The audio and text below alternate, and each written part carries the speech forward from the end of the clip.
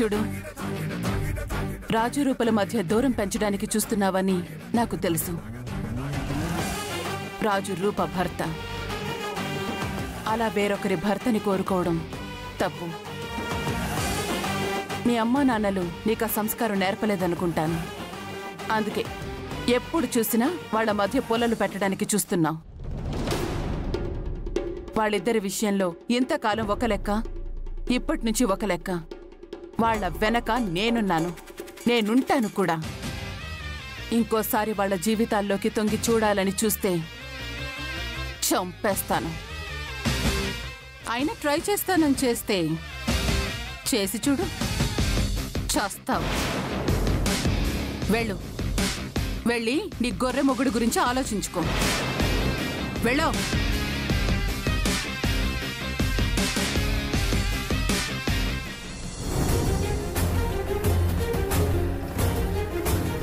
నా బిడ్డ జీవితాన్ని నాశనం చెయ్యాలనుకున్న ఏ ఒక్కరి కల నెరవేరనివ్వను.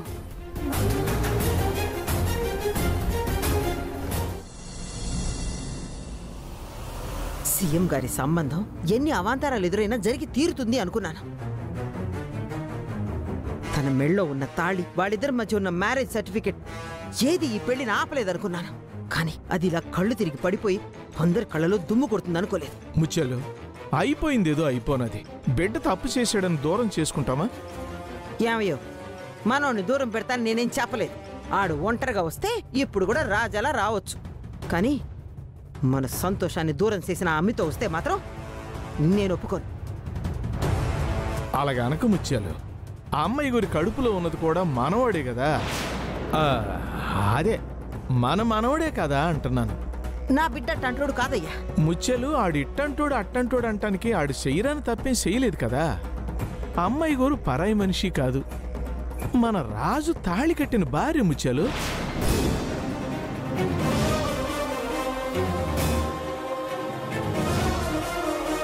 అమ్మాయి గురి కడుపులో పెరుగుతున్నది మన మనవడే కాబట్టి రాజు ఆ సీఎం కూతుర్ని పెళ్లి చేసుకోవటానికి ఇష్టపడలేదు.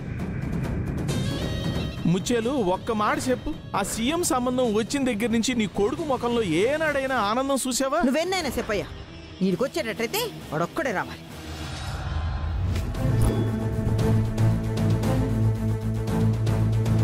ఆగండి.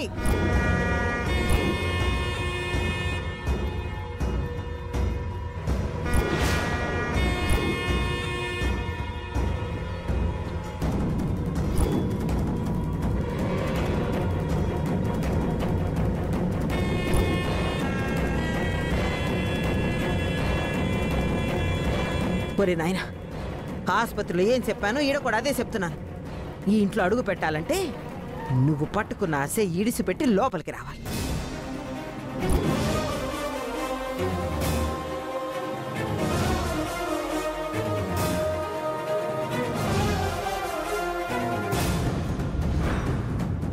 ఆశ ఈడ్చిపెట్టు.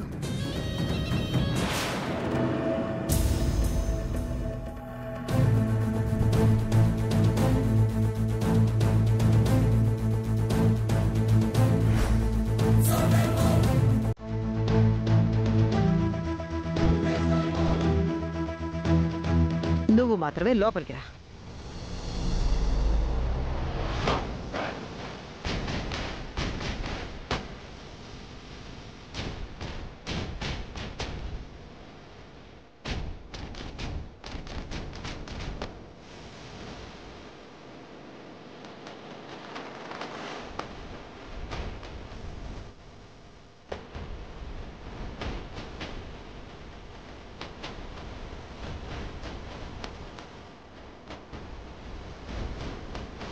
అమ్మా,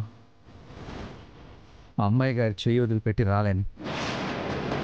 ఎందుకంటే అమ్మాయి గారు నా కోసం అన్నిటికీ దూరం అయ్యారు. ఒక రకంగా అలా జరగడానికి నేను ఒక కారణమే. ఇంతకాలం నీకేమవుతుందోనన్న భయంతో అమ్మాయి గారిని చాలా బాధ పెట్టాను. అలా అని నీకేమైపోయినా పర్వాలేదని కాదమ్మా. సాలాపు. నేను చచ్చిపోతానని బెదిరించినా నువ్వు తన భుజం మీద చెయ్యేసావంటే నేను నిజంగా చచ్చినట్టే. ముచ్చలు అయ్యేం మాట నువ్వు ఆగయ్యా. చూడు, అప్పుడు చెప్పాను, ఇప్పుడు చెప్తున్నాను. నువ్వొక్కడివే ఇంట్లో అడుగు పెట్టకపోతే కాసేపట్లో నా శవాన్ని సుత్తావు.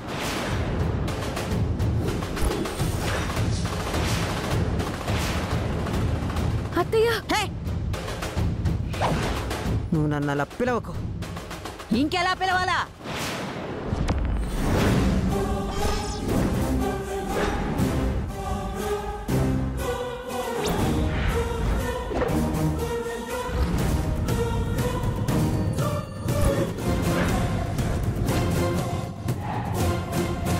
అత్తయ్యని అత్తయ్య అని పిలవకుండా వసే ముత్యాలు ఏమే ముత్యాలని పిలవమంటావా? అమ్మా, మీరు ఆగండ్రా, మీతో తర్వాత మాట్లాడతాను. ఏమే ముత్యాలు, నా మనవడికి పెళ్ళైపోన్నది. అయినా ఏ ధైర్యంతోని ఇంకో పెళ్లి చెయ్యాలనుకున్నావే? అయినా ఈ అమ్మాయికి ఏం తక్కువే? చూడ్డానికి బొమ్మలాగా ఉన్నది. వీళ్ళిద్దరిని ఎడదీస్తే నీకే వస్తాదే? ఏది, నా కొడుకును వదిలేసి నువ్వు బయటికి పో చూద్దాం.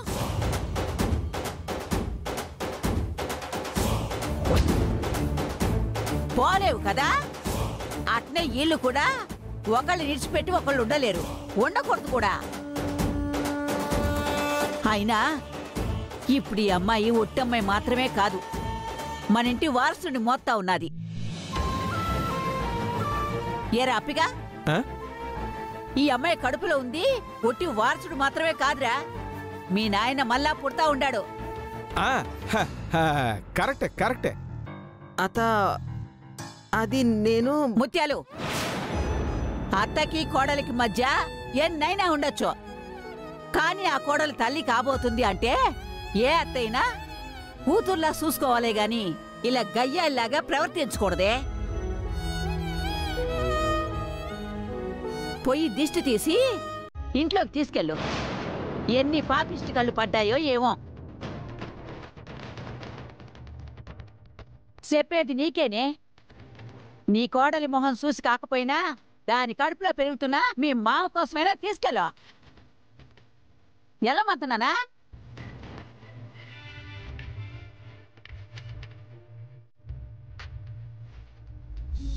అమ్మా, నువ్వు కోపడుతున్నట్టు మేమే తప్పు చేయలేదు. మీకు అబద్ధం చెప్పడం తప్ప, అది కూడా తప్పని భావిస్తే మమ్మల్ని క్షమించండి. అత్తయ్య, బామ్మ చెప్పినట్టు నా కడుపులో మీ మావయ్య లేరు, కానీ ఏదో ఒక రోజు ఖచ్చితంగా నా కడుపులో మీ మావయ్యని మోస్తాను. బేగిరా.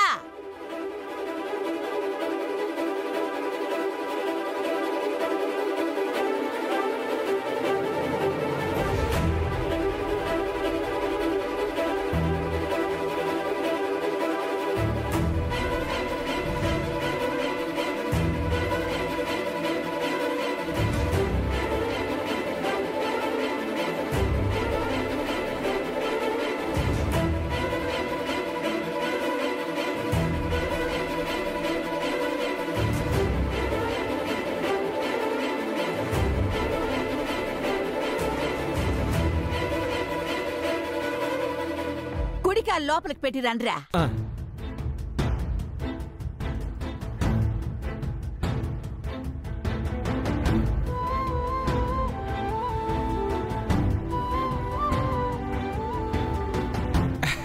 శీఘ్రమేవ సంతాన ప్రాప్తిరస్తు. అదేట్రాపిగా, వాళ్ళ అమ్మ నాన్న అవబోతుంటే అట్ట దీవిస్తున్నావేంటి? పిల్లా పాపలతో సంతోషంగా ఉండమని దీవించు. అదే అదే అదే అదే అనుభవి ఇలాగ అన్నాను.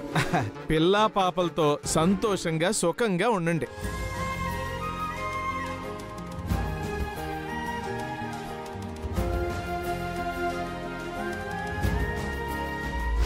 సారీ రూపా, రిపోర్ట్స్లో నేనే రాంగ్గా చెప్పాను. నువ్వు ప్రెగ్నెంట్ అని నేనే చెప్పమన్నాను రూపా.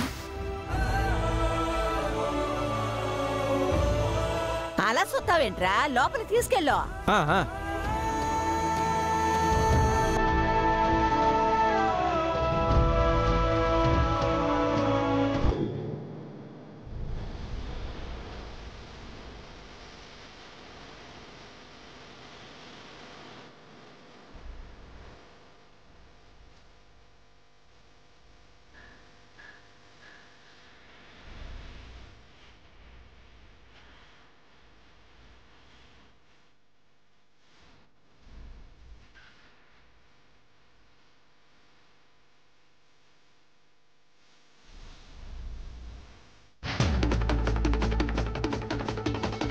విరూపాక్షత్తయ్య డైరెక్ట్గా మావయ్య ముందుకు వచ్చిందంటే ఇక మనకి భయపడదు మమ్మీ. అంతేకాదు, అత్తయ్య విషయంలో మనం చేసిన దారుణాలన్నీ బయట పెట్టడానికి కూడా ప్రయత్నిస్తుంది. నువ్వు చాలా జాగ్రత్తగా ఉండాలి మమ్మీ. అంతకంటే ముఖ్యమైన విషయం, రూపని మీ మావయ్య ఇంట్లోకి రానివ్వలేదు. అసలు అది ఎలా గర్భం దాల్చిందో అర్థం కావడం లేదు. రూప ప్రెగ్నెంట్ అయ్యే ఛాన్స్ లేదు మమ్మీ. రూప విషయంలో ఆ రాజుగాడు వాడి లిమిట్స్ దాటి ప్రవర్తించడం రూప గురించి మనకి తెలిసిందే కదా మమ్మీ. నాకు కూడా అదే అనుమానంగా ఉంది. కానీ ఒక్కరు కాదు, 2 డాక్టర్స్ కన్ఫర్మ్ చేసిన తర్వాత నమ్మాల్సొచ్చింది. డాక్టర్లదేముంది మమ్మీ, డాక్టర్స్ని మనం ఎలాగైనా మార్చుకోవచ్చు. అంతెందుకు, నా DNA రిపోర్ట్స్ ఇచ్చింది డాక్టరే కదా, మనం చెప్పినట్టు మార్చలేదా? మందారం డెత్ విషయంలో మందారం చనిపోయిందని నిర్ధారించింది కూడా డాక్టరే కదా. డబ్బుంటే ఏదైనా చేయొచ్చు మమ్మీ. నాకు ఇప్పుడే అర్థమవుతోంది దీపక్. ఈ సమయంలో నువ్వు నా దగ్గరుంటే నాకు కొంచెం ధైర్యంగా ఉండేది. కానీ ఏం చేయను, నిన్ను బయటికి తీసుకురాలేకపోతున్నాను. ఏం చేయాలో అర్థం కావడం లేదు.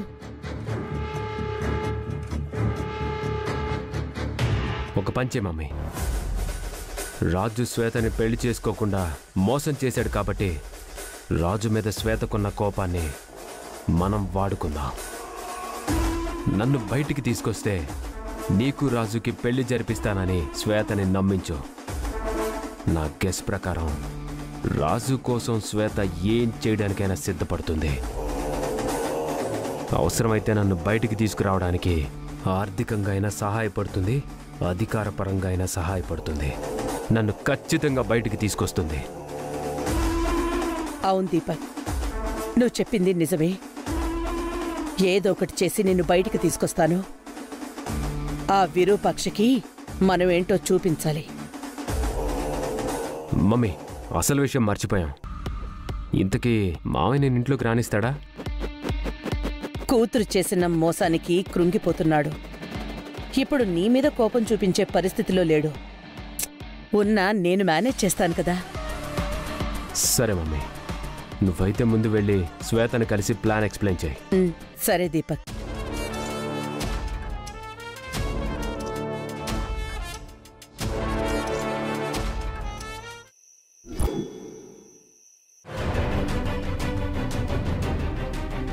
మీ కూతురు తప్పు చేసిందంటే మీరు నమ్ముతున్నారా నాన్న? ఎవరమ్మా నువ్వు? ఎవరో? నా కూతురు ఈ రోజుతో చచ్చిపోయింది.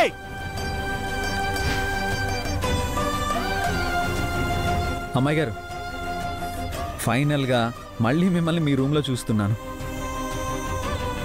ఇలాంటి రోజు ఇంత తొందరగా వస్తుందనుకోలేదు.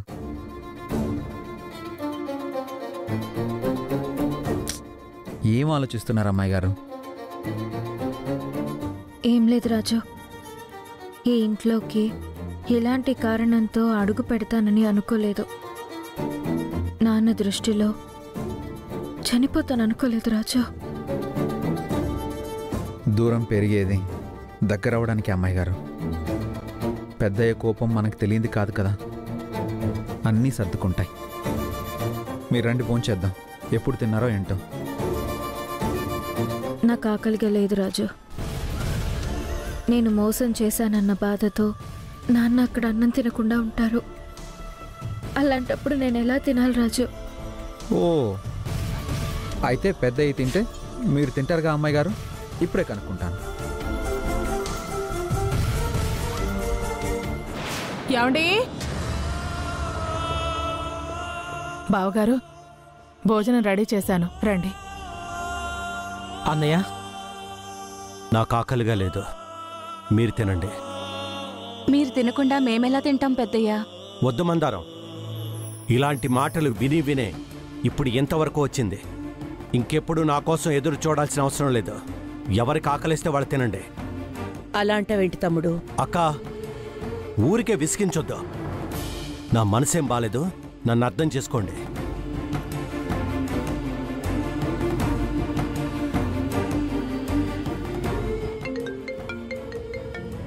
మందారా, ఎవరో చూడు.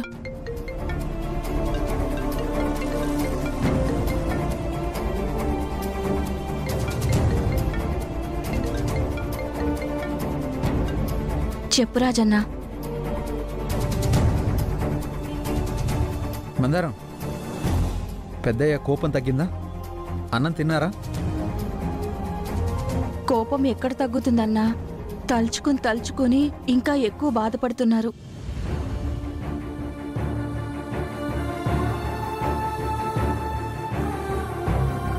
ఇక భోజనం సంగతి ఎత్తితే అందరిపైన శివాలెత్తిపోతున్నారు.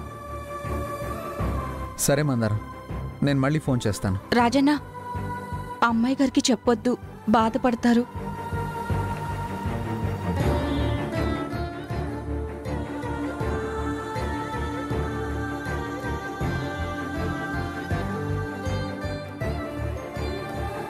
అమ్మాయి గారు, మీరేం బాధపడకండి. అయినా ఇలాంటి సందర్భంలో ఏ తండ్రైనా పెద్ద ఇలానే ఉంటారు. అలా అని మనం తప్పు చేసినట్టు కాదమ్మాయి గారు. ఇలాంటి పరిస్థితుల్లో ఏ భార్య భర్త అయినా మనలాగానే ఉంటారు. మీకే కష్టం రాకుండా చూసుకుంటానని మీ అమ్మగారికి మాట ఇచ్చాను. ఆ మాట నిలబెట్టుకోవాలంటే ఇప్పుడు మీరు నాతో వచ్చి భోంచేయాలి. మా నాన్న తినకుండా ఉండడం కూడా నా మనసుకి చాలా కష్టంగా ఉంది రాజు. అది కూడా నా వల్ల తినకుండా ఉండడం ఇంకా ఎక్కువగా కష్టంగా ఉంది. ఇప్పుడు ఏమంటారు అమ్మాయి గారు? పెద్దయ్య భోజనం తినాలి, అంతే కదా? మీరు లేచి నాతో రండి. లేవండి అమ్మాయి గారు. రాజు, ఎక్కడికి? పెద్దయ్య గారి దగ్గరికి. వద్దు రాజు, నాన్న ఇంకా కోపంగా ఫీల్ అవుతారు. మీరు సైలెంట్గా రండి అమ్మాయి గారు. రండి. కొంచెమైనా తిను తమ్ముడు. వద్దక్క, నన్ను వదిలే. తమ్ముడు,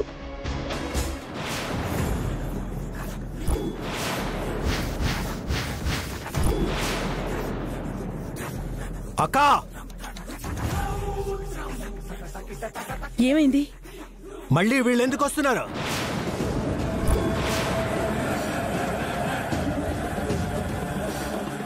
ఏముంది తమ్ముడు, ఆ ఇంట్లో కూడా గెంటేశారేమో.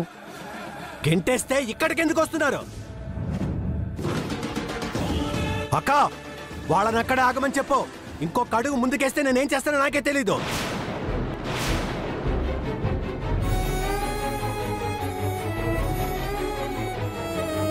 పెద్దయ్య, మీరు ఊహించినట్టు మేము ఇక్కడ ఉండిపోదామని రాలేదు. మరి అమ్మాయి గారి బట్టల కోసం వచ్చాం. అక్క, ఆ మనిషి బట్టలే కాదు, ఈ ఇంట్లో తనకి సంబంధించిన ఏ వస్తువు ఇంట్లో ఉండడానికి వీల్లేదు. మొత్తం వాళ్ళ మొహాన్ని కొట్టక్క. అవుంటే వాటి సాకుతో మళ్ళీ మళ్ళీ ఇక్కడికి వస్తుంటారు. అలాగే తమ్ముడు.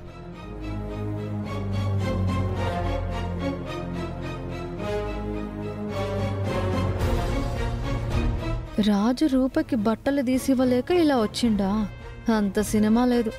రూపకి కావాలంటే ఎన్ని బట్టలైనా తీసివ్వగలడు. బట్టలకు మాత్రం రాలేదు. ఇంకో కారణంతోనే వచ్చిండ్రు. అదేమై ఉంటది? నేను చెప్పాను కదా అమ్మాయి గారు, మనం అడగగానే మీ వస్తువులన్నీ విసిరి కొడతారు అని. కానీ పెద్దయ్య గారు ఒక్క విషయంలో మాత్రం మిమ్మల్ని గెలిపించారు అమ్మాయి గారు. బేసిక్గా మీరు లేరన్న బాధతో పెద్దయ్య గారు అన్నం తిన్నట్టు లేరు. ఆయన తినలేదంటే మీరు గెలిచినట్టే. కాదు కాదు కాదు, పెద్దయ్య గారు మిమ్మల్ని గెలిపించినట్టే. ఎంతైనా కూతురు కూతురే. ఆయన మనసు గురించి, ఆయన కోపం గురించి మీకు తెలిసినంతగా ఎవ్వరికీ తెలియదు అమ్మాయి గారు. నేను ఎవరి మీద బాధతోనో కోపంతోనో తినకుండా ఉండలేదు. సుమా, భోజనం తీసుకురా.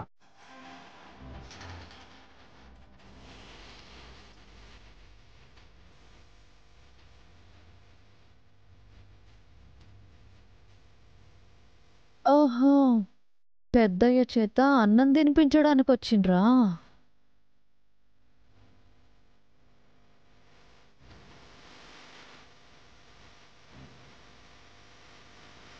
వెళ్ళండికా.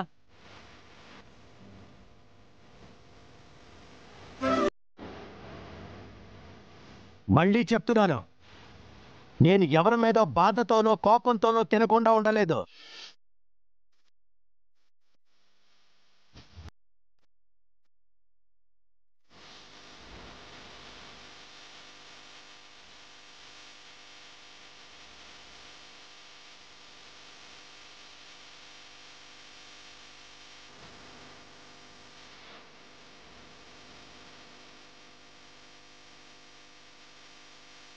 హ్యాపీయేనా అమ్మాయి గారు? ఫుల్ హ్యాపీ రాజు.